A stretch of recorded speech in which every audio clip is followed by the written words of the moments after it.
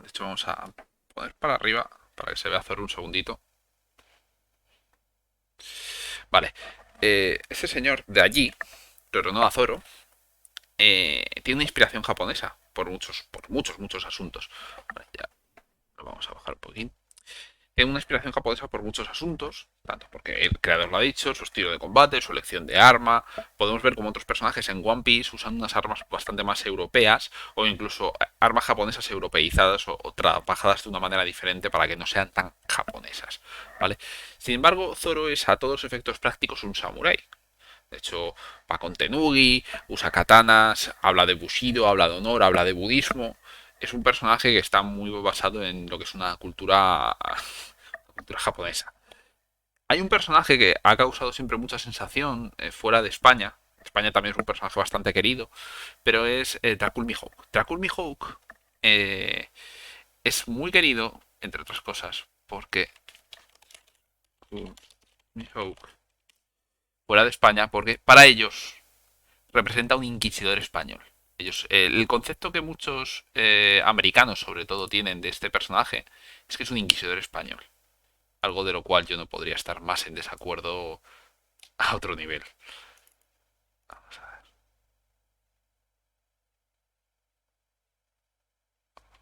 Aquí. Para ellos esto es un inquisidor español. Eh, yo en varias ocasiones, siempre que el topic ha salido dentro de la comunidad, y yo estaba participando activamente del debate, siempre he dicho lo mismo, que me parece completamente fuera de lugar. Esto no es un inquisidor español, por mucho que ellos lo quieran pintar. Es un espadachín del siglo de oro o previo al siglo de oro, español, eso sí, un doble menor, una espada por cuenta ajena. Estamos hablando de ese tipo de conceptos, pero no es porque vayas con una cruz y un sombrero, de hecho no es por nada, de hecho las capas, los sombreros largos son para ocultar tu rostro, porque se dedicaban a asuntos de poco lustre y de peor fin, que se suele decir en la época, es decir, se dedicaban a cobrar deudas, a matar gente. Claro, efectivamente, que haya una capa y una cruz y que su espada también sea una cruz no es nada. Todas las espadas europeas de la época llevaban una cruz porque si te morías en el campo de batalla te tenía que dar cualquier oficio religioso, pues ya había una cruz a mano y por muchos motivos que eran muy típicos de la época. Pero para los americanos, sobre todo, es como, wow, es un inquisidor, es la Spanish Inquisition. Y es como, no tiene nada que ver. ¿Había espadachines dentro de la Inquisición? Posiblemente sí, por la época de la que hablamos, pero la mayoría de gente que estaba en el clero no eran militares o habían sido militares en su juventud o porque habían sido de familia noble, pero no tenían nada que ver, es decir, no eran, o podía que llevaran años sin tocar una espada, aunque luego se la dieras y se manejara más o menos bien porque estuviera en forma, son conceptos muy diferentes. Esta persona es un espadachín español, desde luego, una representación muy estereotípica de lo que puede imaginarse una persona, que es esa capa larga para ocultar tu espada, para ocultar lo que estás haciendo. Ese comentario es muy apropiado, pero no lo voy a leer. El sombrero ancho para cubrir tus rasgos y poder esconderte si pasa un guardia para que no te pueda reconocer. De hecho, se llegó a prohibir que se llevara capa larga y sombreros anchos porque había tanto crimen y tantos nobles menores que estaban empobrecidos y que no tenían otra cosa que hacer que cuando no estaban en guerras, cuando no estaban luchando en otros frentes europeos, es a lo único que se dedicaban, a ajustar cuentas, a cobrar deudas, a tener peleas entre ellos porque sí, en callejones, ¿vale? He hecho un comentario. Bueno, no estoy leyendo el tweet, lo estoy desglosando. Bueno, no es un tweet, el comentario en YouTube lo estoy desglosando un poquito y ampliando un poquito. Y es que he explicado la primera parte. Y es que Mihawk no se parece a nada a lo que debería ser un inquisidor español. ¿Vale? La Inquisición, de hecho, hay una imagen en el colectivo que es bastante grave. Es como, wow, una de las peores matanzas de la humanidad, la Inquisición española. Realmente eso está registrado, o sea, los españoles tienen registros de la época muy precisos, la Iglesia del Vaticano tiene registros muy precisos del tema y no es para nada lo que la gente se piensa, y sobre todo los angloparlantes se piensan. Es bastante reducido, de hecho, muchos de los juicios de la Inquisición, la gente elegía ser juzgada por la Inquisición voluntariamente para librarse de ciertas ofensas, porque al ser juzgado por la Inquisición, el listado de reglas era diferente. Es decir, el mismo crimen juzgado por la corona de Castilla o la corona de Aragón era completamente diferente a que te juzgara la Inquisición. ¿Vale? España en ese momento no estaba unificada exactamente. Sí había una unificación, pero no del todo. Entonces se te podían juzgar bajo diversos juegos de reglas. Entonces mucha gente elegía ser juzgada por la Inquisición. ¿Por qué? Porque la Inquisición solo trataba contra herejías e infieles y conversos que decían que eran conversos, pero no eran conversos. Es decir, si no estabas en estos tres grupos principales, la Inquisición en realidad a ti, tú se la sudabas. ¿Qué ocurre? Ellos tienen esa mentalidad de que la Inquisición masacró. Sí, efectivamente el Bloody Mary está hecho porque la reina inglesa se dedicaba a hacer cosas que bueno. Pero les gusta hablar del tema y es un tema que les genera como mucho morbo y ya te digo que las cifras no eran tan brutales y se pueden preguntar incluso al Vaticano y a otros estados, incluso a estados franceses que tienen también registros y eso es otra historia. Pero ellos lo tienen como muy, muy, muy loco. Y entonces, igualmente un inquisidor es una persona del clero. No es un. Esto es un noble menor, un espadachín que ha vuelto de una guerra en el norte de Europa o en Italia, en una campaña, que se encuentra sin dinero o se encuentra ocioso y decide salir a ganarse la vida con lo que él sabe hacer, que es usar su sable, su espada. ¿Vale? Sí, es un hidalgo español, es un doble menor. Yo digo un doble menor, pero porque la mayoría de gente no sabrá lo que es la posición de hidalgo en lo que es la nobleza española. Pero sí, el término correcto sería un hidalgo. De hecho, muchas familias que se quedaron en España se quedaron porque eran hidalgos y aunque ellos se morían de hambre, como eran de una nobleza muy menor, pues preferían morirse de hambre en España que hacer otra cosa fuera. ¿Vale? La mayoría de gente que se fue a otros sitios a medrar no eran nobles. Eran gente que no era ni eso. Y aunque el hidalgo no sea una gran nobleza, es el primer cargo de nobleza que existía en el reino de España. En el reino de Castilla y en el reino de Aragón, que luego el reino de Castilla y Aragón es lo que daría lugar al reino de España. De hecho, en esta época no sé si ya estaría del todo unido. Bueno, en la época en la que está ambientado estaba en proceso como mínimo, ¿vale? Pues esto estamos hablando del siglo XVI, principios del siglo XVI o XVII, o sea, finales, como mucho. Así que bueno, es un espadachín, sí, es católico, es español, tiene una cruz, no tiene mucho más que hablar en ese sentido. La relación que sí me resulta interesante y que sí he querido puntuar, eh, que me parece muy muy interesante en ese sentido. Vale, que estás hablando de One Piece, sí. Muchas gracias, llevas razón ahí. Lo que sí que es importante es la relación que hay entre los espadachines españoles de esa época y los samuráis. Hay una relación entre espadachines de esa época y samuráis, sí. Hay una relación muy clara y muy definida en el sentido de que estos espadachines tradicionales españoles que iban con barcos, con caravanas en la expansión del Imperio Español en la época, debido a la llegada del oro de América, del oro, sobre todo de la plata, pero siempre se habla del oro en general, pero en realidad lo que más visto es plata, lo que está registrado es plata y es una discusión aparte. Plata y piedras preciosas, sobre todo. Pero bueno, discusión aparte.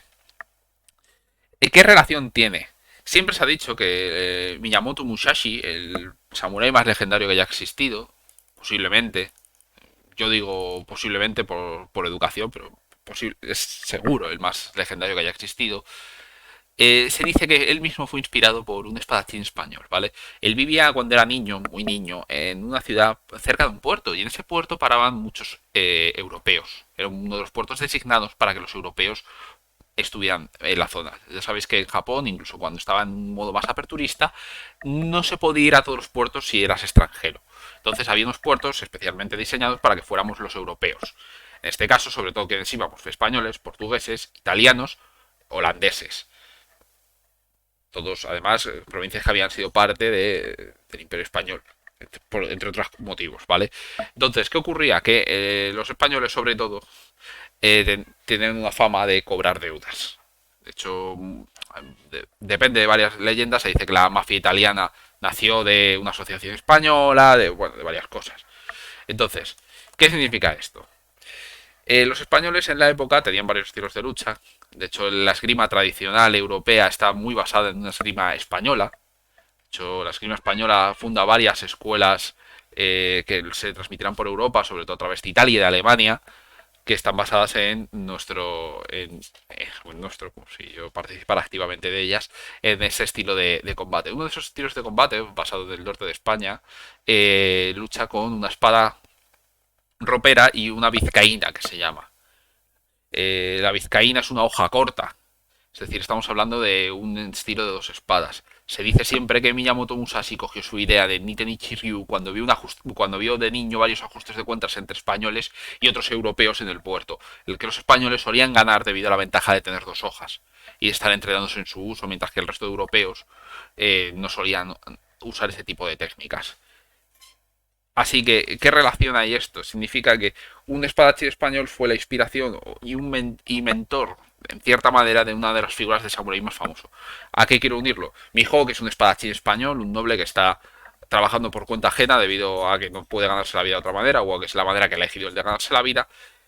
Y Zoro va a beber de ese conocimiento, y ha bebido de ese conocimiento, y es una referencia para él, de ese guerrero español, para él ser el mejor samurái posible, que es básicamente su meta en la vida y es lo que se nos ha de entender desde el capítulo 1 que aparece. Él aparece en el capítulo 2 o en el 3, si no me equivoco, del manga, y desde el primer capítulo que aparece ese ha sido su objetivo vital.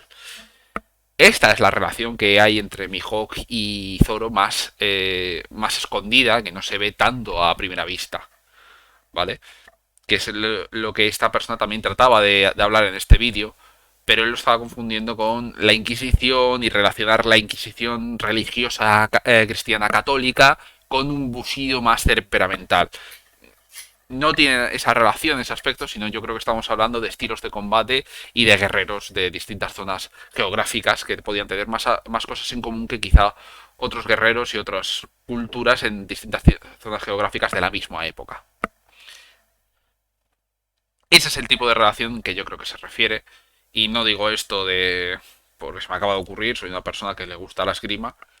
He practicado artes marciales japonesas toda mi vida, he practicado escuelas antiguas japonesas toda mi vida, o casi toda mi vida, menos tiempo que lo otro, porque claro, en la introducción de una escuela antigua o Koryu es diferente y el grado de implicación es muy diferente. Pero eso es lo que para ellos les deja ver. Para ellos esta persona es un inquisidor, pero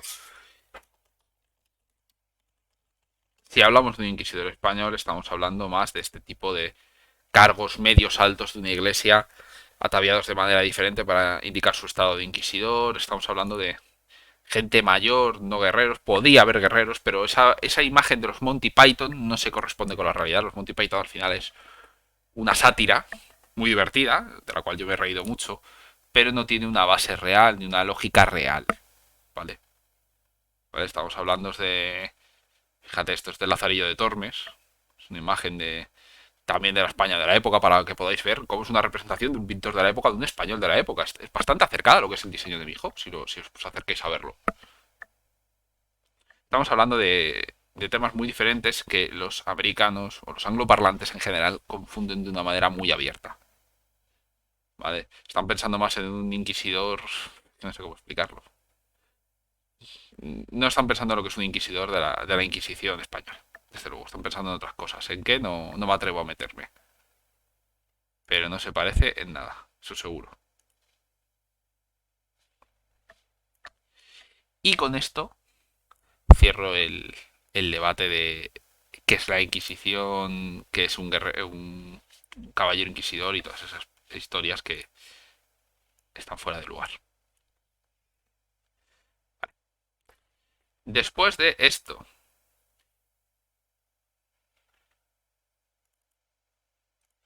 mira, me dicen aquí una fuente de completa fiabilidad que la mayoría eran dominicos e iban de negro y blanco, no de rojo. Fíjate, otro detalle más curioso que añadir a ese listado. Para sumar, suma y sigue, no saben ni orientarlo. Pero bueno, si quisiera representar eso, estoy seguro de que Oda lo habría buscado. Porque en otras cosas, como por ejemplo para hablar del castillo que hay en Pangea, es una copia casi exacta del castillo del Escorial, que es donde reinaban los reyes españoles. O sea, es una copia casi exacta, romantizada y dibujada, pero los diseños son muy similares. Los puedes comparar en cualquier imagen de Google, así que ahí sí hay una comparación que se puede trabajar y se puede hablar de ella porque es correcta. Mientras que esta comparación de la Inquisición y Mihawk es completamente incorrecta y la comparación que sí cabría hacer es la comparación, o que yo entiendo que cabría hacer es la comparación de la que os he estado hablando. Bueno, dicho esto,